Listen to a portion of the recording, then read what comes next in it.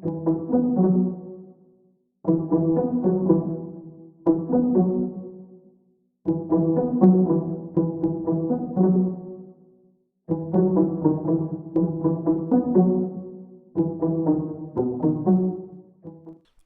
amparafaravola misy mandrahona hamono azy ny ben'ny tanàna izay voafidy farany teo iny ka isany nanaisany maro moa raha vantany vao nahita an'izay fandrahonana izay miparitaka eran-tambazotra tsiratsira Facebook izay amin'izao ankehitriny izao.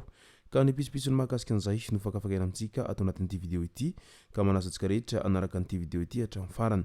Azadino ny milaiky ny vidéo antsika ary tsarovatra hatrany ny miabony amin'ny chaîne antsika mba ahafahanareo manaraka tsy tapaka ny vidéo izay efa nahita isan'andro. Tsy ampindrila moa isika fa avy hatrany tonga dia vavany ndao ary.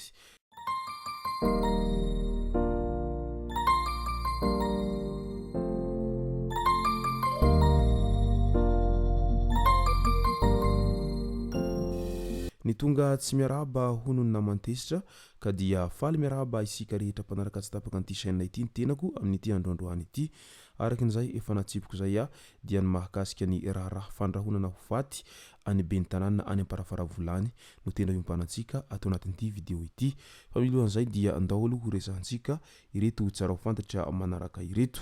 Ben'ny tanàna Vanessa Justicia ao Antsuy mandeha ny asa fanadiovana sy ny fanatsarana ny tanàna any Antsuy izay ataony ity ben'ny tanàna izay voalany tamin'ny fifidianana farany teo ity. Fako mivangongoko sy mibahana ny ampahandalana ao Tsaramandroso ankaiky ny Le Copain d'Abord nitondrana ny engin nanalana sy nanadiovana azy tamin'ity herinandro ity. Mitohy ny asa fanatsarana sy fampandrosoana ny tanàna ao Antsuy araky ny fanazavana hatrany. Midika izany fa tena limpandrosoana sy limpivoarana ity ben'ny tanàna vaovao ao Antsuy renivohitra ity amin'izao fotoana izao izay hita fa efa tena miezaka manao aintso zavatra amin'izay fanasoavana sy fanadiovana ny tanàna izay nahalany azy ao izay. Madagasikara ahoana hoy nitatitry ny banky iraisam-pirenena ny hena ny famokarana tao Madagasikara tao anatin'ny 20 taona tafiditra ao anatin'ireo firenena tratra aoriana indrindra amin'ny famokarana i Madagasikara. Sakana goavana amin'ny asa famokarana ny enenivony orinasa ny fahasarotany fahazahoana famatsimbola ny olana eo amin'ny jiro sy rano ary ny tontolo politika izay mampiahiahy. Manampitrotraka ireo ny tsy fahampiany fotodrafitrasa toa ny lalana sy ny fitaterana. Mbola voafetra ihany koa ny olona tena mahavita asa araky ny tokony ho izy. Sosikevitry ny banky iraisam-pirenena mila manao ezaka goavana eo amin'ny sehatry ny angovo nomerika ary ny fitrandrahana harenan-kibony tany Madagasikara raha mitady fitombony ny harikaren'ny fahobe matanjaka sady maharitra. Hamorona asa sy hampiakatra ny kalitaon'ny asa izany ho izy ireo hatrany. Tsy maintsy miara-dalana amin'io ny fanavaozana ny fomba fitantanana sy ny fahaiza mifehy ny teti-bola ary ny fanatsarana ny fari-piainan'ny mponina. Teny Maray Masay indray harato 100 metatra no azo ny alatsinainy 24 febroary 2024. 100 metatra ny sabotsy talohan'io, 100 metatra ny alakamisy 20 febroary ary 20 metatra ny talata 18 febroary 2024. Raha natambatra ireo dia 20 metatra izany anatin'ny herinandro monja ny halavan'ny harato tratra ny vondron'ny polisy munisipaly Antananarivo eny Maray Masay. Voarara nefa ny fanjonona sy fanaratovana eny satria tsy azo hoanina ny hazandrano avy amin'io fary io. Voarara koa ny fivarotana izany fa mampinana maloton'ny mponina.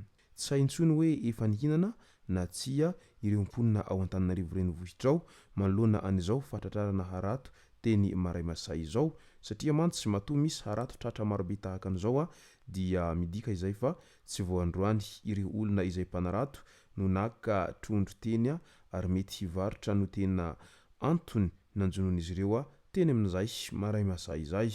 Eo amin'ny resaka fanatanjahantena indray zavatra toy izao ilay manimba hatrany ny sport raha ho an'i Madagasikara. Nanao fanambarana ny mpanazatra ny ankoay tao reny fifanitsanana Afrobasket 2024 fa tsy izy no nifantana ireo mpilalao nijoro tamin'iny lalao iny fa nisy sampana hafa ary ekipa efa vonona no niraisina. 10 isanjato tamin'ireo mpilalao no tsy nantsoiny raha izy no niasa malalaka ka nifintana ireo mpilalao noho ny fandikana fitsipika mialohany hiatrehana ny lalao. Tsy nahafa-po ny lalao nasehony Ankoay tamin'ny fanitsanana Afrobasket 2024 iny. Tsy ahivana fa efa toy izany ihany koa no niainana tao anatin'ny taranja baolina kitra fony mbola malagasy ny coachin'ny Club M sy ny Barea tany aloha be tany.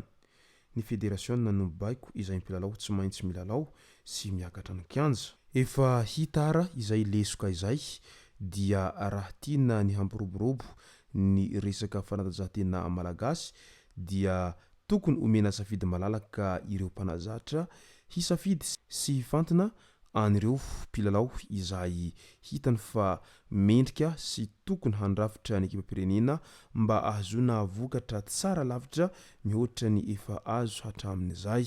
Any ivelany indray namoaka ny fiara afaka manidina no afaka mandeha amin'ny lalana ary elektrika ihany koa ry zareo kely maso any Chine any. Maivana ity fiara ity, fibre de carbone ny 700 ny akora mandrafitra azy, 400 km ny halavirana vitany ary 30 minitra dia feno ny bateriany, 520 km isan'ora kosa ny hafainganam-pandehany farany mafy izay tratrany. Midika izany fa tsy mitratra miroborobo ny industria sy ny famokarana anireo zavatra raitra any Chine any amin'izao fotoana izao.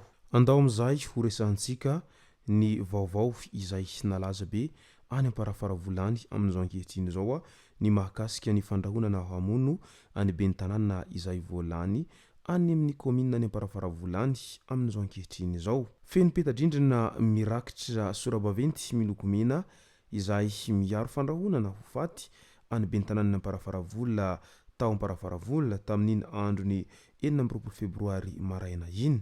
Mivaky toy izao izany peta-drindrina izany. Raha tsy tia ny alahy isokatra ny fasan'ny alahy ao an-tany fotsy dia ajanono arozazin'ny alahy saiky atao androany, izany hoe tamin'ny androny 24 febroary iny. Tsy fandrahonana fa tena izy ity araky ny voalazan'ireo olona izay mifofony ainy tao anatin'izay peta-drindrina izay.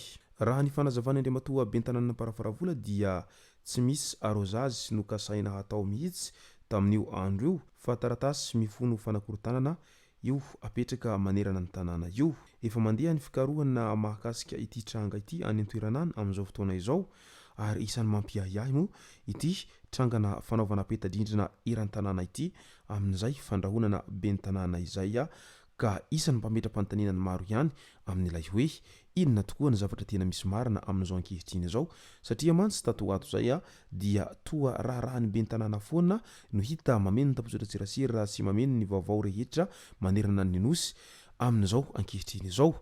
Inona no tena olana ary inona no tena tokony ho vahaolana haroso mba hialana amin'izay resaka tebiteby lava amin'ny resaka tsy fandriam-pahalemana etsero izay amin'izao ankehitriny izao, fa tena mahatsaro mandry andriranantsy ny vahoaka amin'izao ankehitriny izao noho ny afitsoka an'izay resaka tsy fandriam-pahalemana sy ny asan'ny Jolay etsero izay.